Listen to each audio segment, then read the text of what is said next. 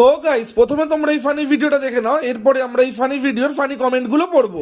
আমরা বিয়ে করতে চলেছি নাকি রেজিস্ট্রি? 7.5 বছর ধরে রিলেশনশিপে থাকার পর কি এমন অনুষ্ঠান হতে চলেছে আমাদের বাড়িতে, যার জন্য আমরা আমাদের ছোট্ট বাড়িটাকে রং করে সুন্দর করে সাজাচ্ছি। আবার আমাদের এলাকার 4-5টা ভেন্যু দেখে সব থেকে দামি ভেন্যুটা বুক করছি।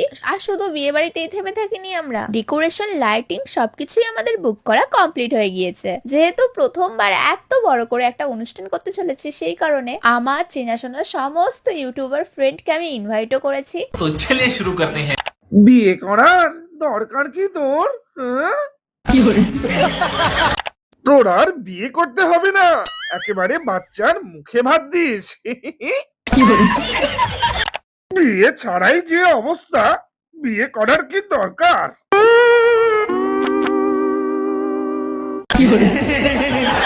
তোমার বিয়ে নাকি তোমার মায়ের বিয়ে?